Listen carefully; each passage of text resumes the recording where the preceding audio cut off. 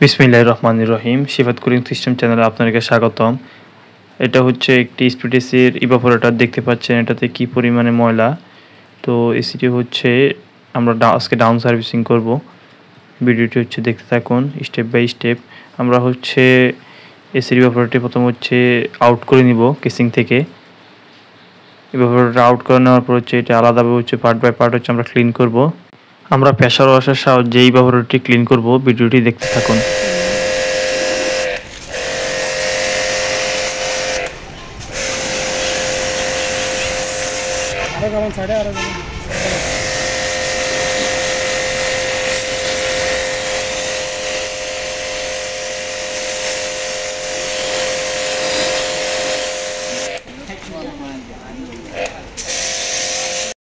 ভিডিওর এ পর্যায়ে আমরা হচ্ছে আউটডোর ইউনিটটি হচ্ছে ক্লিন করব। আউটডোর ইউনিটের যে কেসিংগুলো সেগুলো হচ্ছে আমরা খুলে নিব। এগুলো হচ্ছে নিচে এবং হচ্ছে উপরে এবং সাইডে হচ্ছে স্ক্রু থাকে, স্ক্রুগুলো হচ্ছে আমরা খুলে নিব।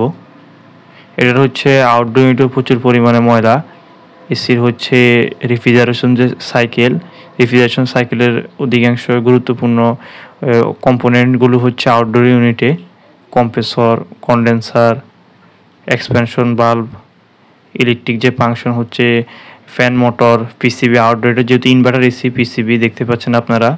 ভিডিওর এ পর্যায়ে আমরা প্রেসার ওয়াশারের সাহায্যে হচ্ছে আউটডোর ইউনিটটি হচ্ছে ক্লিন করে নিব। ভিডিওটি আপনারা দেখতে থাকুন।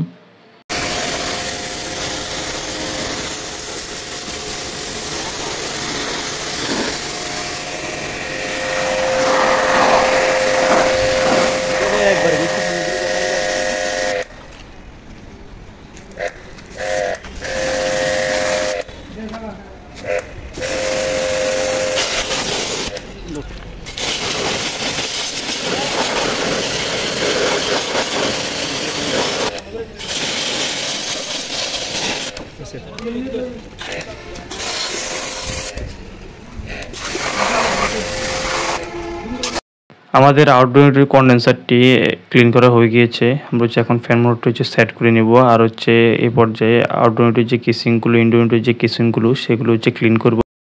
এখানে আপনারা দেখতে পাচ্ছেন আউটডোর ইউনিট এবং হচ্ছে ইনডোর ইউনিটের কেসিংগুলো। আমরা হচ্ছে সার্ফ এক্সেলের সাহায্যে হচ্ছে কেসিংগুলো হচ্ছে ভিজিয়ে নিব। ভিজিয়ে নেওয়ার পর হচ্ছে আমরা এগুলোকে হচ্ছে ধুয়ে নিব। এসি হচ্ছে কমার্শিয়াল ক্ষেত্রে হচ্ছে এসি ব্যবহার প্রচুর পরিমাণে হয়ে থাকে। এ কারণে হচ্ছে ময়লাও প্রচুর পরিমাণে হয়। কমার্শিয়াল ক্ষেত্রে এসি একটি নির্দিষ্ট শিডিউল মধ্যে রেখে হচ্ছে নির্দিষ্ট তারিখের মধ্যে বা নির্দিষ্ট সময়ের মধ্যে হচ্ছে এসিগুলো হচ্ছে সার্ভিস নেওয়া প্রয়োজন। অনেক জায়গায় আমরা হচ্ছে এসি সার্ভিস নেই না। এসি বিস্ফোরণের মধ্যে অন্যতম একটি কারণ হচ্ছে এসি যদি ঠিকভাবে মেনটেনেন্স বা এসি হচ্ছে শিডিউল অনুসারে যে সার্ভিস না নেওয়া হয়, এক্ষেত্রে হচ্ছে এসি বিস্ফোরণ হতে পারে, এসির বিদ্যুৎ বিল বেশি আসতে পারে। যখন এসিতে প্রচুর পরিমাণে ময়লা জমে যায় তখন হচ্ছে রুম আর ওই রকম ঠান্ডা করতে পারে না, তখন হচ্ছে কম্প্রেসরের উপরে প্রেশার পড়ে। তো আমাদের হচ্ছে কেসিংগুলো হচ্ছে পরিষ্কার করা শেষ। আমরা হচ্ছে এখন প্রথমে আউটডোর ইউনিটটি সেট করে নিব। আউটডোর ইউনিটে হচ্ছে কেসিংগুলো হচ্ছে লাগিয়ে নেওয়া হচ্ছে এখন। নতুন নতুন ভিডিও পাওয়ার জন্য আমাদের চ্যানেলটি সাবস্ক্রাইব করে রাখুন।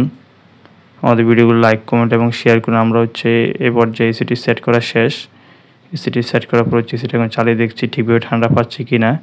ভিডিওটি শেষ পর্যন্ত দেখার জন্য অসংখ্য ধন্যবাদ। আল্লাহ হাফেজ।